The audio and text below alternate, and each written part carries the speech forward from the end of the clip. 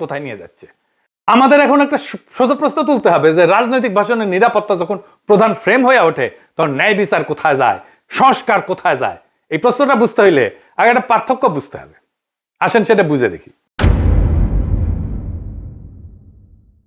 ন্যায় বিচার ফ্রেম ন্যায় বিচারের প্রশ্ন তোলে, কে অপরাধ করছে, কার দায়, কার শাস্তি, কি শাস্তি, কোন আদালতে, এইগুলো কেন্দ্রে থাকে, মানে অ্যাকাউন্টেবিলিটি।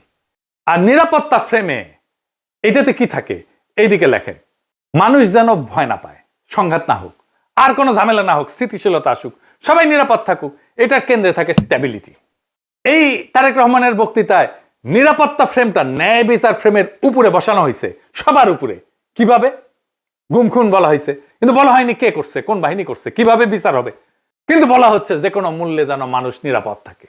এই এক লাইনে যেটা ঘটে যায় সেটা অতীতের সমস্ত অপরাধ ভবিষ্যতে স্থিতিশীলতা দিয়ে ঢাইকা দেওয়া হয়। বিচারের বদলে স্ট্যাবিলিটি, জাস্টিসের বদলে শান্তি। এটাই জাস্টিস, ন্যায় বিচার, বিচারকে ডিনাই করার কৌশল।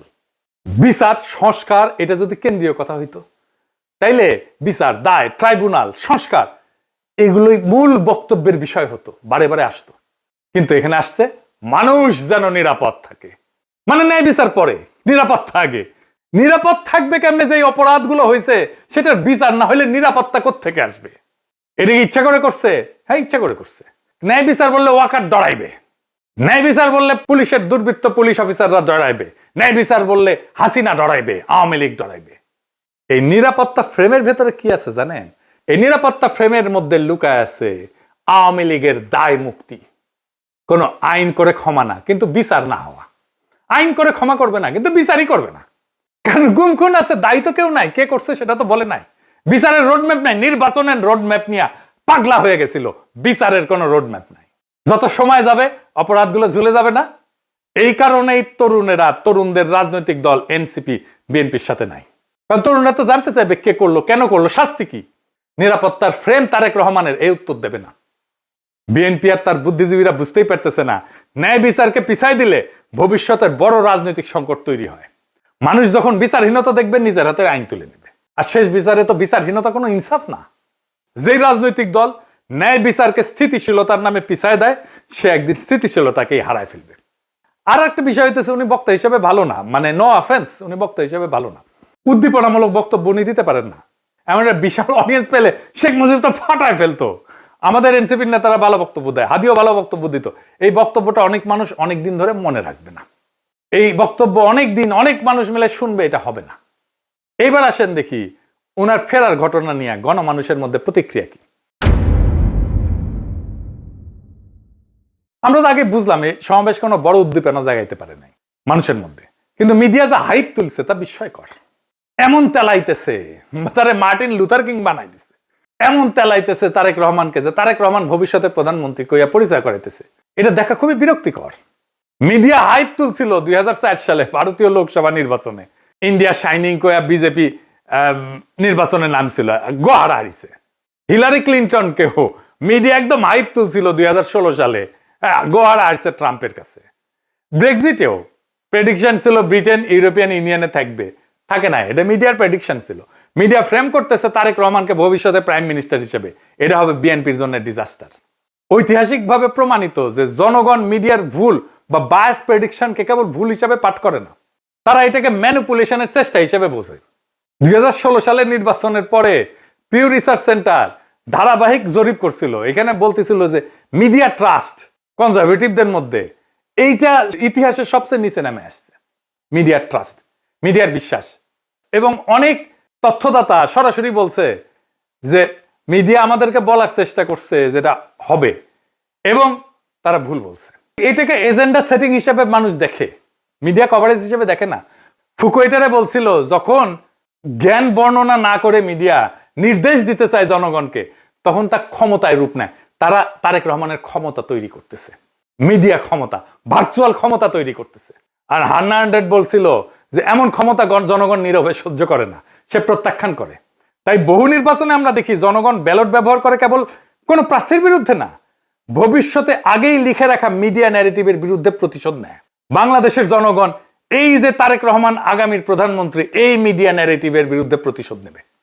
লিখে রাখতে পারেন আজকের কথা। তারপরে ধরেন পাবলিকের যা হয়রানি হয়েছে দেখেন একটু, দেখেন কি পরিমাণ লোক এয়ারপোর্ট থেকে সবাই লাগেজ মাথায় করে কিন্তু বের হচ্ছে। দেখেন, আপনারা দেখলে অবাক হয়ে যাবেন যে শত শত না হাজার হাজার লোক আটকে পড়েছিল, যারা প্রবাস থেকে বাংলাদেশে আজকে আসছে বা কালকে রাত্রে যারা আসছে বের হয়ে যেতে পারছে, আজকে যারা আসছে সহজে কিন্তু সকালবেলা বের হতে পারে নাই। এখন তারেক রহমান সাহেব বের হয়ে গেছে, সবাইকে বের হওয়ার ব্যবস্থা করছে এবং সবাই বের হয়ে যাচ্ছে। আর একটা হয়রানি দেখেন পাবলিক কি করছে।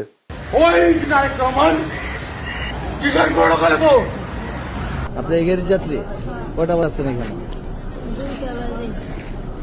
আপনার অনুভূতি কি? মানে এই যে 2টা বাজে আসছেন, এখন 6টা বাজে। খারাপ লাগছে, মনে হচ্ছে লোকটাকে পায়ে জুতা দিতে পারতাম। খুবই কান্না পাচ্ছে, খুবই কি বলবো, ভাষায় প্রকাশ করতে পারতেছি না। একদিকে তো অসুস্থ লোক আসছিল দেশের বাড়ি চিকিৎসা করার জন্য, তারপরে এই পরিস্থিতি, দুঃখ লাগতেছে যে আমরা আইছি বাইরে থেকে, আজকে শখ করে একটা গাড়ি নিয়ে আসছে আর এই গাড়ি আমার এয়ারপোর্টের মধ্যে ঢুকতে দিল না।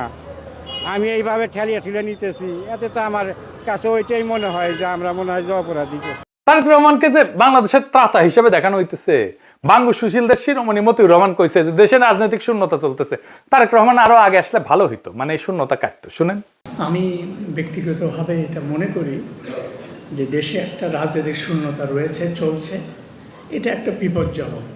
আমি সবসময় ভাবতাম বা এখনও মনে করি যে বিএনপির ভারপ্রাপ্ত চেয়ারম্যানের আর একটু আগে, বেশ একটু আগে যদি আসতে পারতেন, তাহলে এক্ষেত্রে হয়তো বিএনপি এবং দেশের মধ্যে একটা ভালো সুবিধাজনক অবস্থা তৈরি হতে পারত। তাকে বাংলাদেশের রাজনীতিতে অপরিহার্য প্রতীকে পরিণত করা হয়েছে। তারেক রহমানের রাজনৈতিক শক্তি যেদিন থেকে তারেক রহমানকে রাজনীতিতে অপরিহার্য প্রতীকে পরিণত করা হয়েছে, তারেক রহমানের রাজনৈতিক শক্তি সেদিনই শূন্য হয়ে গেছে। তারেক রহমানকে ছাড়া বিপ্লব হইল না একটা, ওনাকে ছাড়া তো ওনাকে ছাড়া দেশ বাঁচবে না, রাষ্ট্র বাঁচবে না, এটা একটা কথা। জনগণের কোনো এজেন্সি নাই, যে নেতাকে অপরিহার্য বানানো হয় সে আর কোনো রাজনৈতিক অ্যাক্টর থাকে না, সে পরিণত হয় একটা স্থির মূর্তিতে যাকে সবাই রক্ষা করে কিন্তু কেউ চালাইতে চায় না। কারণ রাজনৈতিক অ্যাক্টর হওয়ার মানে হইল সিদ্ধান্ত নেওয়া, আর অপরিহার্য হওয়ার মানে হইল সিদ্ধান্ত এড়ায় যাওয়া। সিদ্ধান্ত মানেই ঝুঁকি, আর ঝুঁকি মানেই প্রতীকের ক্ষয়। তাই সেই নেতার চারপাশে এমন এক সুরক্ষা বলয় তৈরি করা হয় যেখানে প্রত্যেকটা সম্ভাব্য সিদ্ধান্ত আগে আটকায় যায়। সে কথা বলে সাবধানে, নড়ে অনুমতি নিয়া, কার্যত উন্নতের সিদ্ধান্তের বাহক হইয়া ওঠে। আর সে ব্যর্থতার দায় নিতে পারে না, কারণ দায় নেওয়া মানেই তো মানুষের কাতারে নামায় না, সেই প্রতীক ভেঙে যাওয়া, যে অপরিহার্য ফ্রেম তৈরি করা হয়েছে, এই ন্যারেটিভ ভেঙে যায়। ফলে রাজনীতি ব্যক্তির হাত ধরে আগায় না, ওই ব্যক্তিকে ঘিরে জমে থাকে, জমাট হইয়া থাকে। তারেক রহমান কোনো সিদ্ধান্ত নিতে পারতেছে না, আমি দেখাই দেবো সিদ্ধান্ত নিতে পারতেছে না, ওটা আমি দেখাই দেবো এই কয়েকদিনের মধ্যেই। এই অবস্থায় নেতার উপস্থিতি শক্তির চিহ্ন না, বরং স্থবিরতার প্রমাণ।